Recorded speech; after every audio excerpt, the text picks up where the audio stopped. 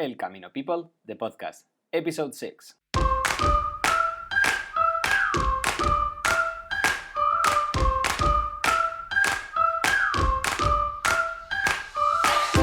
Hi everyone and welcome to El Camino People, the podcast. Today is March 24th and yesterday we got some news of a pilgrim that was crossing the Pyrenees and he got stopped by the police.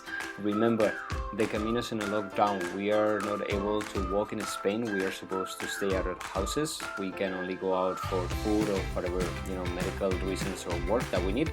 So no Camino, sorry fellows.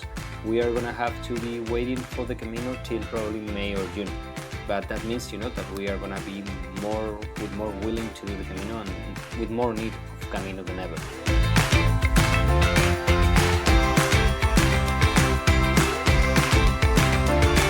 But remember, we are all still walking the Camino from home. The Camino can wait, but we can't. So what we do, we share our stories, we share our pictures, we share our memories. And today we are walking from Grañón to Villafranca de Montes de Oca. And we will be talking, on Instagram and on Facebook about Donativo. What is the Donativo for you? So please join us, go to our Instagram, go to our Facebook, and enjoy with other pilgrims.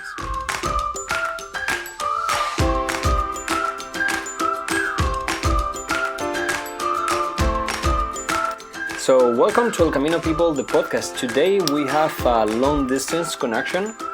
We are talking to Australia, and over there we have Maggie. Hi Maggie, nice to talk to you again. Hi. So I met Maggie when I was walking with Mark and the people from the movie that they are still trying to get out, and we met in close to Muxia, and we walked for a couple of days, and it was an incredible opportunity to meet this amazing woman. And I want to let her introduce herself, and she's from Australia, as I said. She's a writer and she has walked many caminos. So what can you tell us about you, Maggie? What would you like to know? Everything. How did you start? Why? My biggest question all the time is why the Camino, and what happened the first time you decided to make such a huge journey over more than 1,000 kilometers to come over to Spain to walk? What happened? Well, to start with, I love Europe. I've been to Europe a lot. I've never been to Spain until I walked the Camino. I was sitting at work one day, and I'd been working in an office for about 20 years. And I was sitting there at work, and I was just looking at my boss, and I thought, I think I've had enough of this, and I don't like you anymore. And I thought, I had long service leave. We get... I had 6 months holiday owing to me. So I thought I'll take that and I'll go and walk that walk that I'd read about 20 years ago. So I did. I started planning it and off I went. So did you read any special book, or was it just like a storybook or just a school or anything related to that? Yeah, I can't remember what it was called, but I remember reading about the Camino and thinking this sounds like something I want to do. But I had little children at the time, and it just wasn't possible. So I thought I'd do it when I'm older, and that day came. So I just I started collecting all my stuff very quietly. I didn't tell anyone for a long time, and then I booked my tickets, told everyone I was going. No one believed me, and off I went. So how was the process like from the time you decided to quit your job? And this has become something quite familiar with me. Like we were talking, that I have a friend from Australia, and it was kind of like the same process. He was tired from his job, and he had read about the Camino, and suddenly he's like, "I'm done, I'm going." So for him, it was like even less than 2 weeks. How was it for you? Did you plan it for a long time, or were it just one-time decision? I'm leaving tomorrow. Yeah, it took me about a year to get everything together. All my plans and whatever. I really didn't think I could walk that far because I've been sitting in an office job for 20 years, not exercising a lot, and I thought I'm never going to finish it. And I jokingly said to my son, he's a tattoo artist. We were just talking about it one day, and he said, "If you finish it, Mum, I'm giving you a tattoo." So, So I finished enough to get the tattoo. I have it on my ankle, yeah. wow, that's a good Yeah. that's a great story because I have also another friend that is doing a study about Camino tattoo. So yours has a great story. So what do you have? What is your tattoo? Is it it's a sail or? It's a picture of a medieval pilgrim. Wow, so cool. Mm. So Yeah. in which year About did you 40. walk your first Camino? When did it happen? Oh, it was 2015 15. Okay. in April, and I do this. I jump into things and then cope with it. So I got to St. Jean. I couldn't sleep. I was really nervous. I read got that. up really I read that in your blog. yeah. Got up really early and I went for a walk. And the first thing I saw was a helicopter landing and an ambulance arriving, and they were offloading Pilgrim into the helicopter. And I looked at the mountains and I could see snow, and I was thinking, oh dear, what have I done? And then I started walking, and the first day for me was very tough because I was not fit. And I got to Orison and I could not have walked another step. I thought I was going to die. And I remember standing there looking at that beautiful view and thinking, I can't back out because I've told everyone I'm doing this. How the hell am I going to do it? But that night I met some lovely people and they buoyed me along, and I walked quite a long way with a girl called Colleen that I met that night, and we're still really good friends. That's amazing. Yeah. So why the French Camino? Why you decided to start in Saint-Jean? You know, a lot of people ask me, and I did the same. For me, when I decided to do my first Camino, I decided to jump over the Pyrenees. I think that was the proper way to get the whole feeling, and I love it. I think the stage from Saint-Jean to Roncesvalles it's incredible. We also have to remember the pilgrims that in the winter is a no-go. Like right now it is closed, and for, as you know, for real reasons, a lot of people die and get lost over there. It's quite steep also. So why you decided to go for the French Camino? I'm like, it's the main way, but was there anything else for you? Or? It's the only one I knew of at the time. Okay. I think that's the case for most people. They think there's just one Camino. Yeah. I liked the idea of crossing the Pyrenees, and to me it was the most exhilarating part of the whole walk. I walked through snow and hail and everything. It was really rough weather, but I loved it. It made me feel alive. I know, for me it was the same. I did it in I think the way you did it in April, we have to remember people that the Pyrenees, even April is already spring here in Spain. It can be full of snow. Like the latest years with the climate change and everything, we have snow even late in May. Sometimes it's not covered, but you still have to be careful.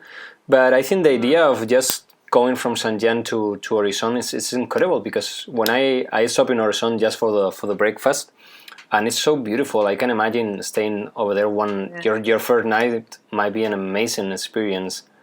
And then if you can stay there overnight, it is one of the best nights on the Camino. It's got a really electric atmosphere. Yeah. Everyone's so excited. And then once you go to the ridge and you see Roncesvalles in the bottom, and you know that from now on, it's just all the way down. Yeah, I loved it. That's one of my favourite parts. So then you continue all your walk till Santiago. How was your experience for your first Camino, now that you have walked many more? What do you remember? The thing I remember about the first Camino was the people I met. How everybody is like-minded and everyone cares for each other and looks after each other. I was really taken aback by that. The kindness of people, and the locals were lovely. I laughed. I walked a lot with Irish people. They're very funny. And I just laughed the whole way along the Camino. And I came back to my job and tried to fit back in, but I was a different person and I just couldn't do it anymore. So I left my job, and I haven't worked since. Wow. That's incredible. Yeah, I left my job, but I have to work since. But I guess, a lot of people right now, they're doing the Camino, or once they are retired, or once they're looking for a time for a change. I guess you were in that moment of your life. I was in that moment of my life. How did the Camino help you to explore, or to know yourself better and take that decision? Well, like in the beginning of my book, I talk about why I walked the Camino.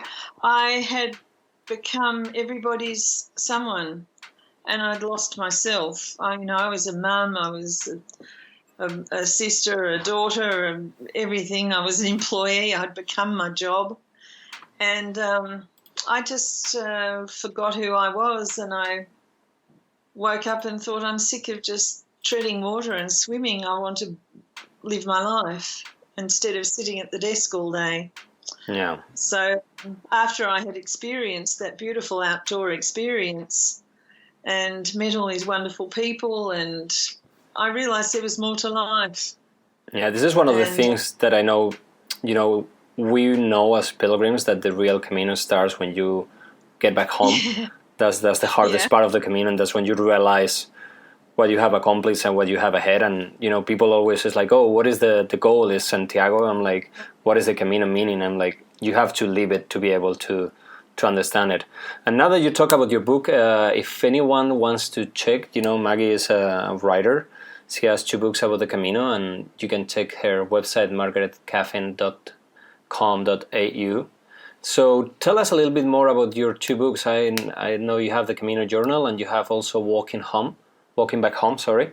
So what was that's my first book that I did.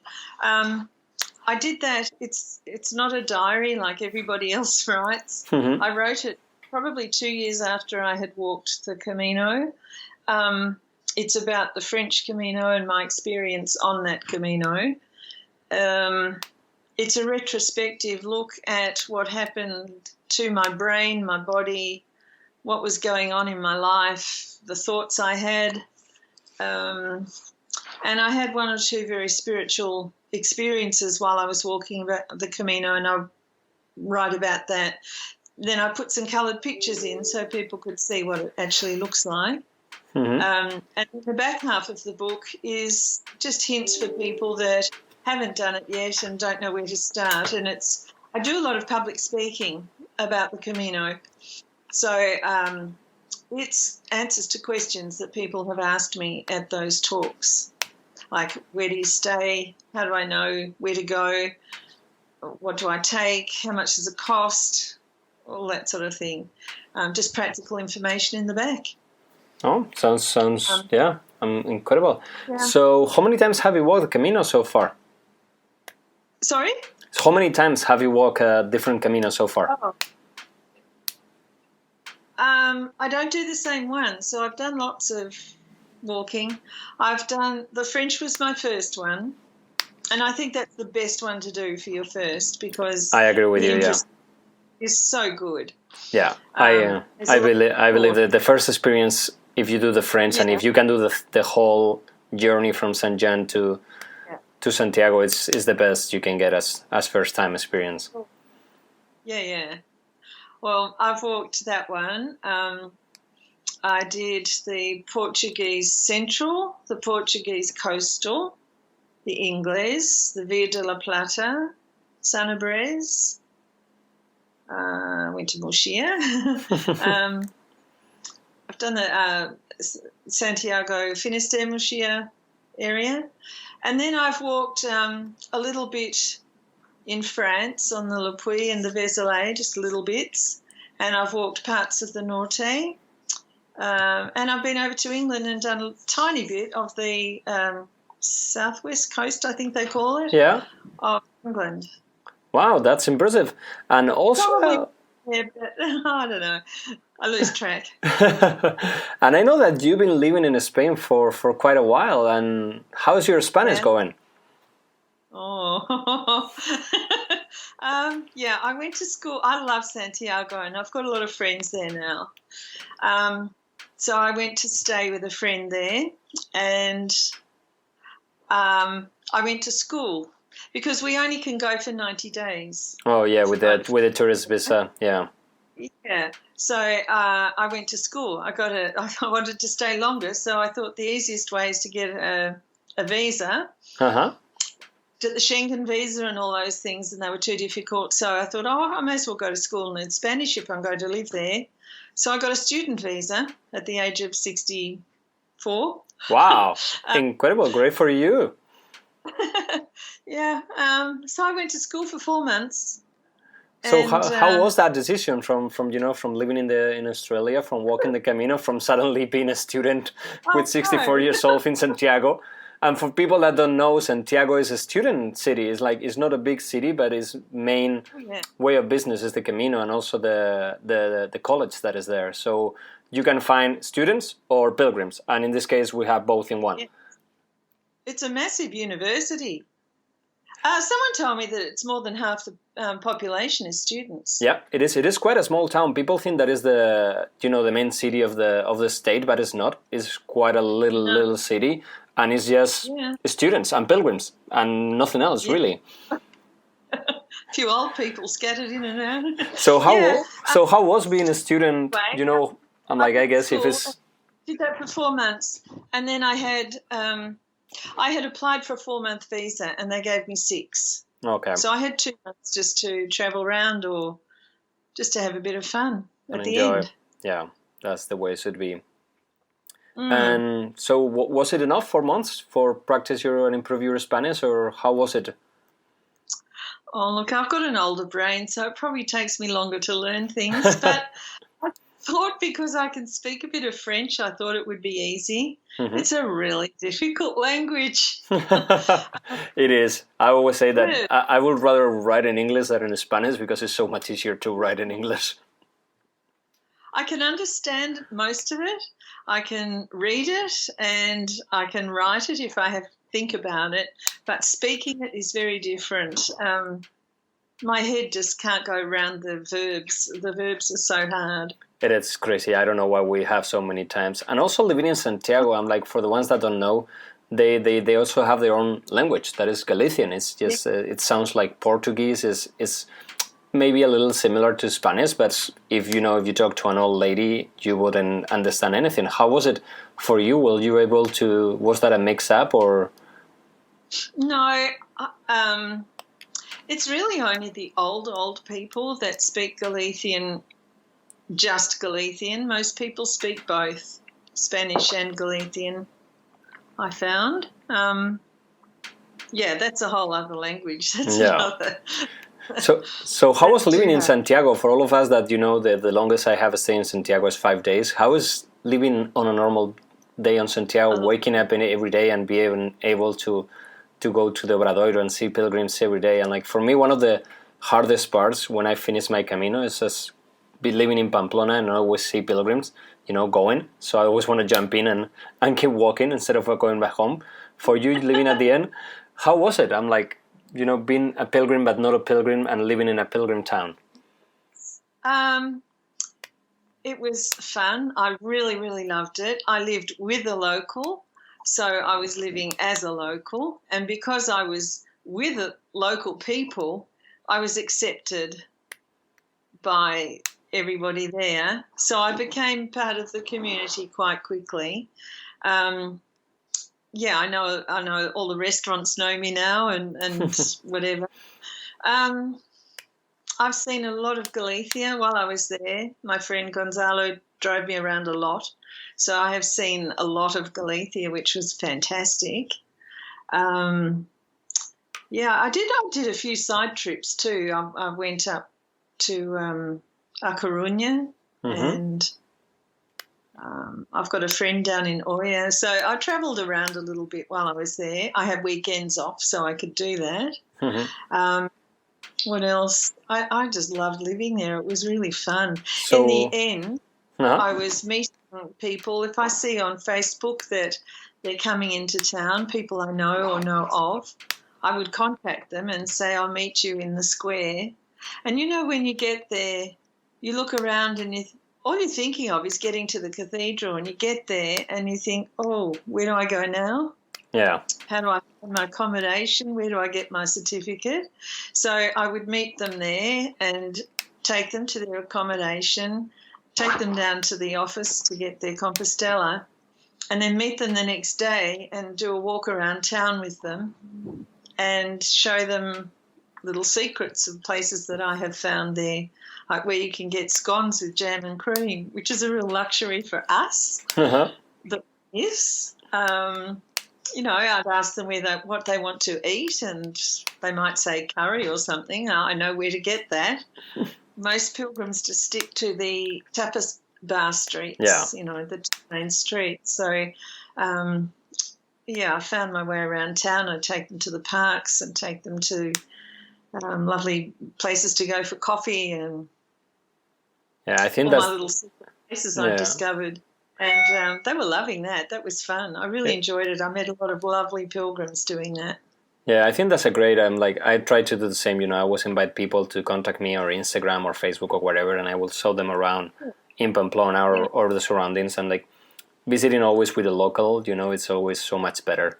So, what will be your perfect day? For a pilgrim that arrives to Santiago, what will be your top 5 things to do once they are in the city? Go have a good massage. I know my 5. But what would be your... Yeah, I haven't really thought about this. Maybe have a good massage. Go for a walk in the park, the Alameda Park. Uh-huh. Beautiful up there and peaceful. You definitely have to try tapas bars. Yeah. You have to go up and down the street there. What will be the best place for a good meal after Camino meal? I have some favourites. I love the Italian restaurant, the main Italian restaurant there, Rua Villa, I think, Rua de Villa. Have to go to Gonzalo's bar. Of course, Gonzalo, we say hi to you, and you have to go to Rua. What was it, Rua? It's called Conga 7. It's Conga 7, yes. Rua de Conga. Rua de Conga, yeah. And it's the best mixology bar in Santiago. And Gonzalo is such a great guy. So please, if everyone listening here, if you want to go for a drink, you have to go and visit our friend Gonzalo. Yes, and he makes great cocktails. Really good cocktails. And who doesn't like a cocktail at the end of the Camino? Yeah. He's a pilgrim too, so he loves to meet pilgrims. And he speaks really good English. Yeah, and really good Spanish. And really good Spanish. And Galician. Yeah. I don't know. I think also you really need to, for your first Camino, you really need to do the trip down to Finisterre and Murcia. You really need to finish it by going there. I agree, because always when you start getting to the last kilometers and there's so many people, you start not feeling like as a pilgrim. And once you see it with time, it's just a different. But as my first timer, I was like, why there's so many people walking without backpacks? Why there's so many people gelling? I'm like, I want to go back to my old days in the French with just the 20 same guys every day. But walking to Muxia and to Finisterre, I don't know what you like to do first. For me, I say that always Muxia is for the soul and Finisterre is for the body.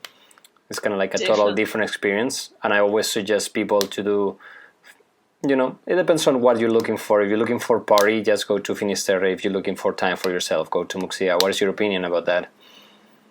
Definitely. Muxia is a very spiritual place.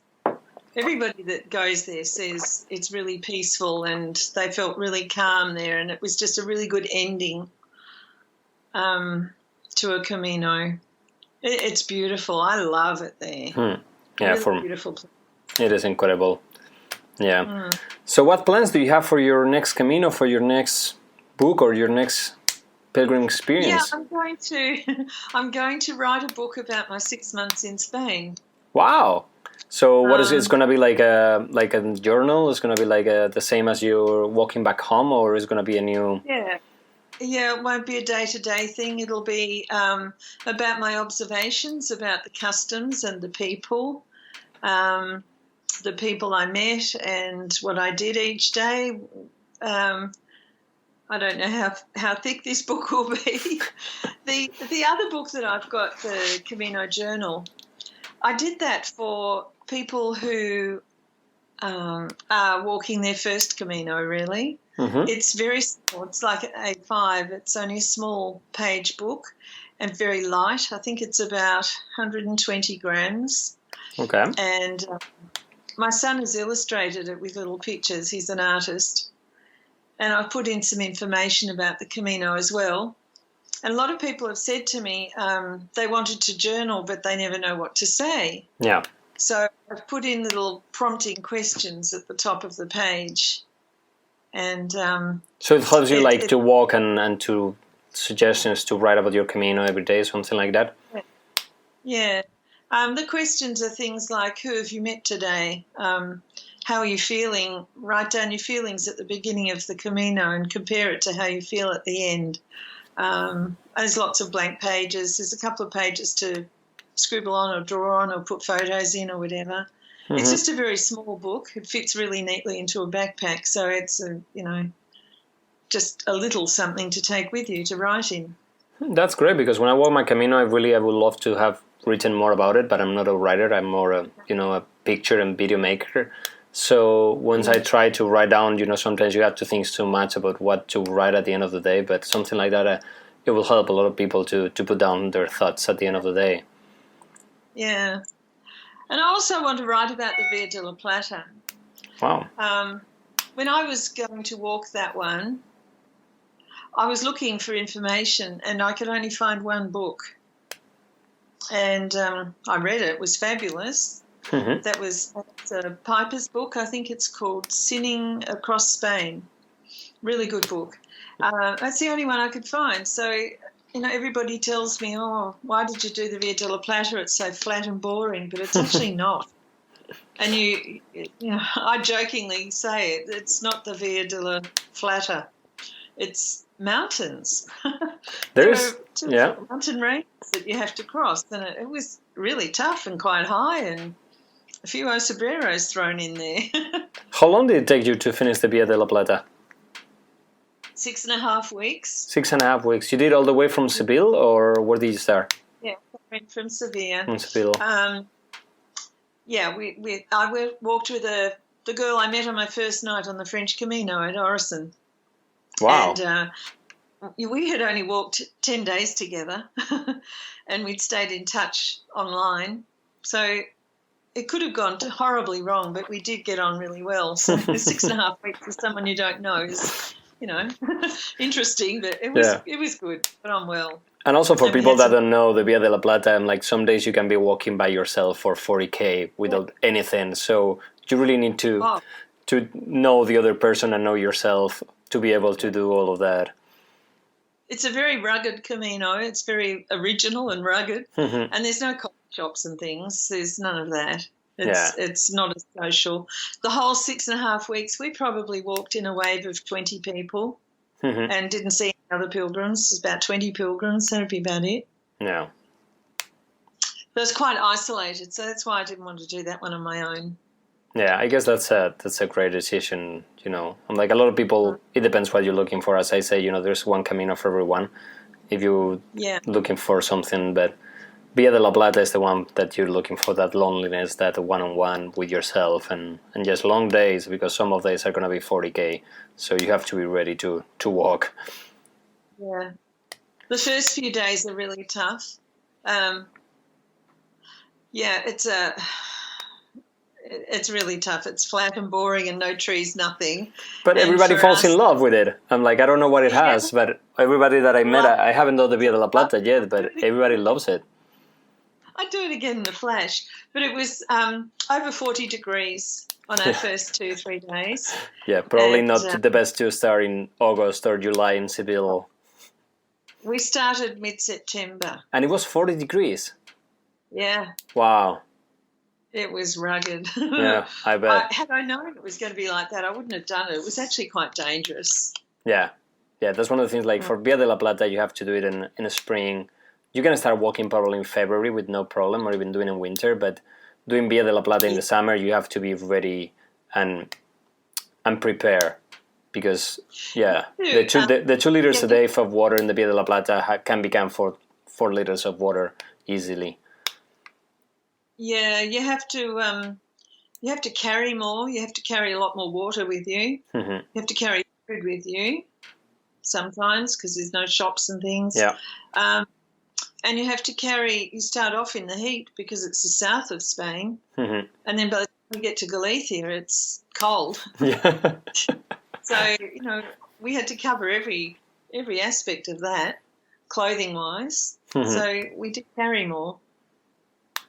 It was good, though. Great adventures. Yeah, that's for sure on my list. So we were talking at the beginning prior to the interviews, how has the Camino became so huge in Australia? And like, for me, being from Spain, it's always been in the front of my door. I just walk outside and the Camino is right there. And I did my first Camino when I was 30 something.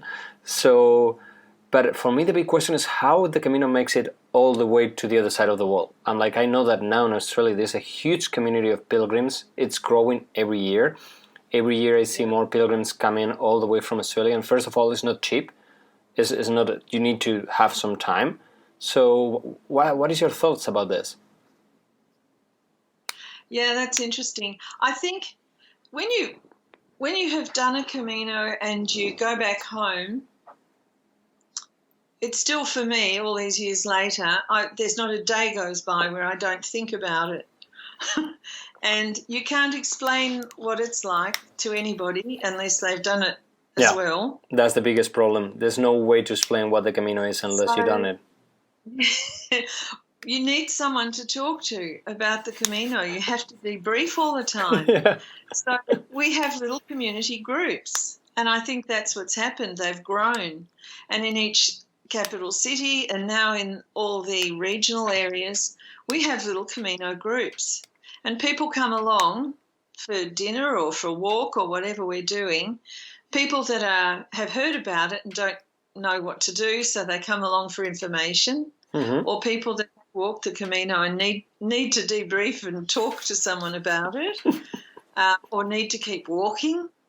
So I think that's why it's growing, because so many of us have done it, and it's word of mouth. It's not even advertised, really. I know. Still a lot of people don't know what it is, but for us as Australians, we come to Spain because it's cheaper. Yeah. The French or the European ones, you have to stay in B&Bs and hotels and different sort of accommodation. You can't get the accommodation you get in Spain with the albergues. Mm-hmm. That's another draw card.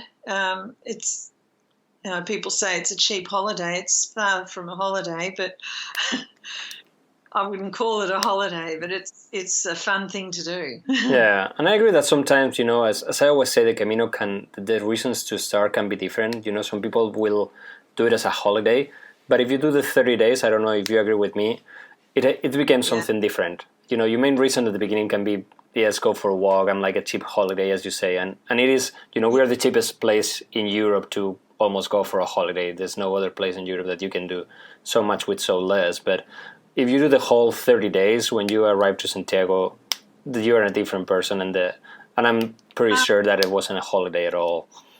Yeah, it's been scientifically proven, though, that walking does things to your mind.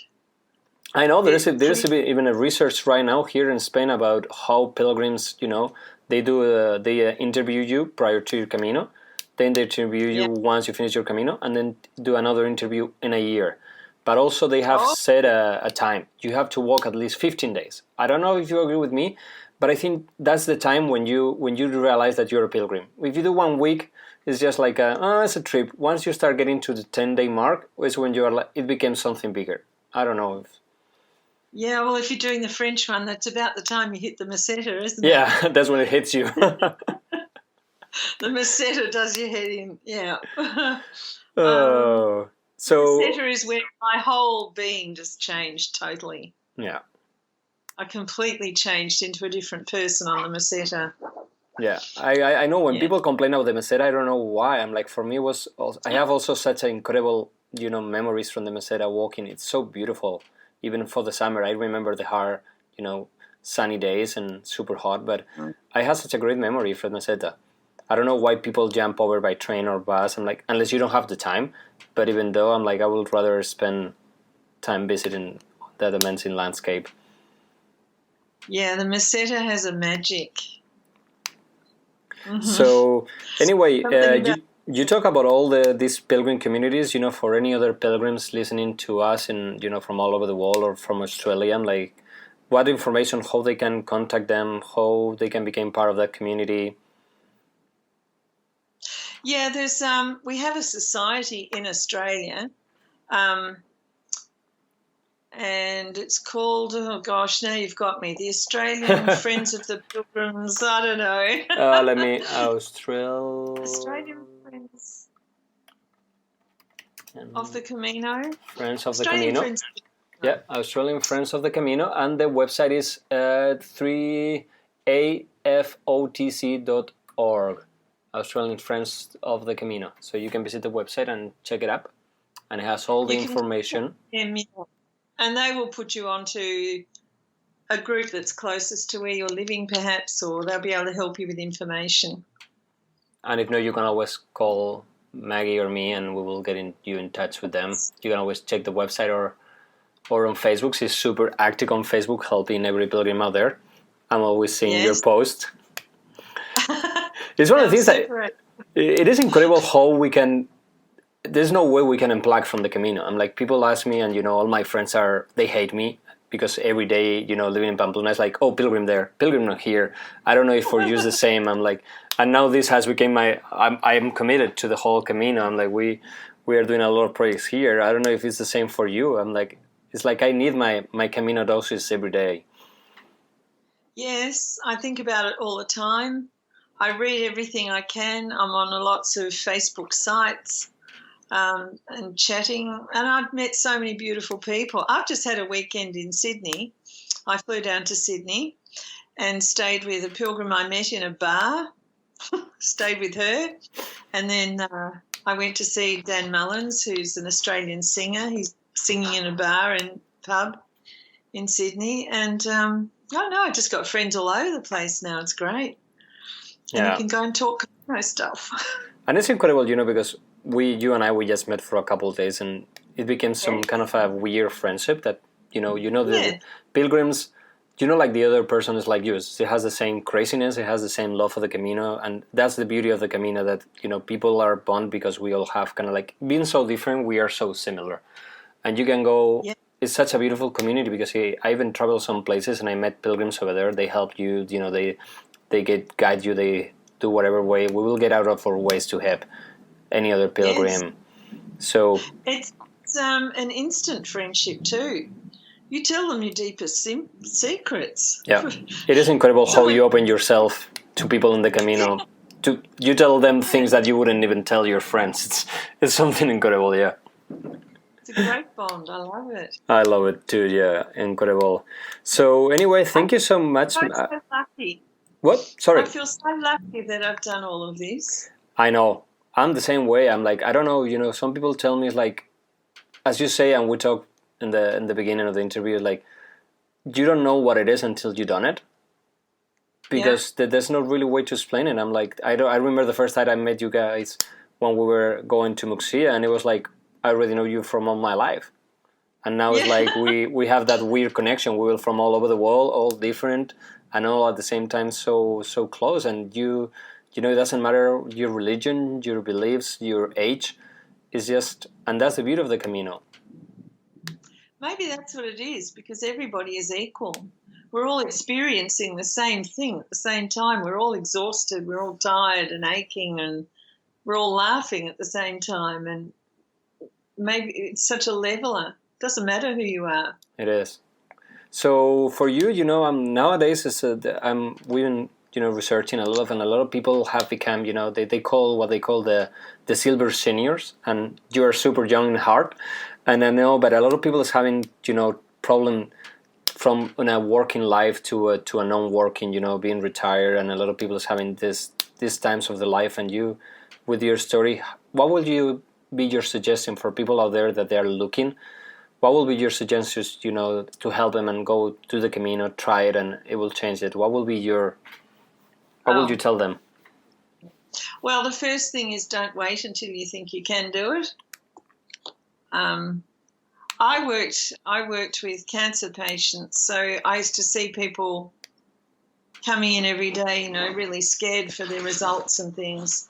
And if they'd, dealt with all their treatment and got through it, I was meeting all these people that were doing things they've always wanted to do and hadn't, like learning to skin dive, whatever.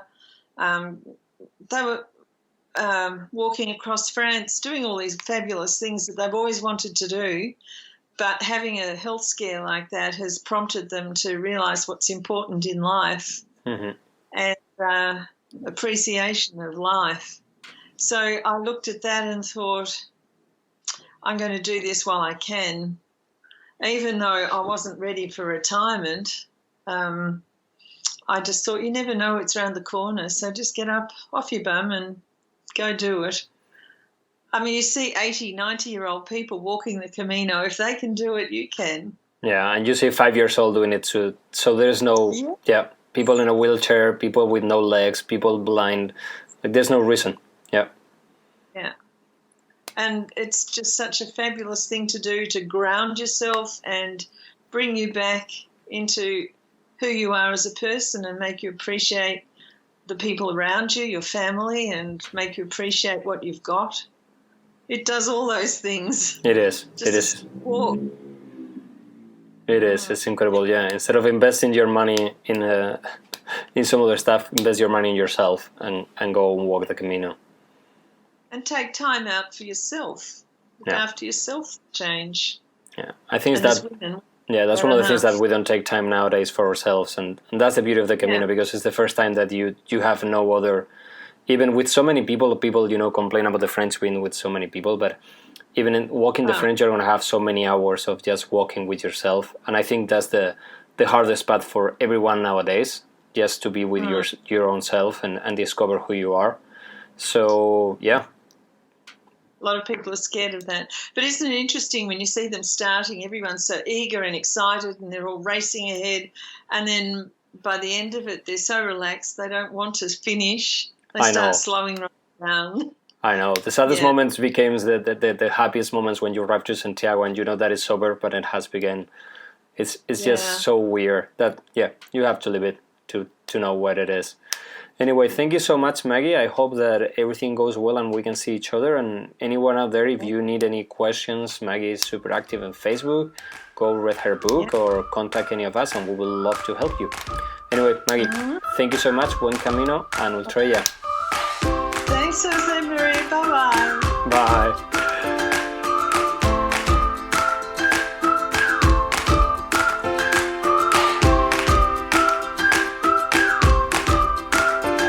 Thanks for listening to El Camino People, the podcast. If you like our show and want to know more about El Camino Santiago, check our website, elcaminopeople.com. We are also on Instagram and on Facebook. Please follow us. And remember to subscribe to our podcast on Spotify, iTunes or iVoox. Also, please leave us a good review. Thank you so much. Buen camino, Ultraya.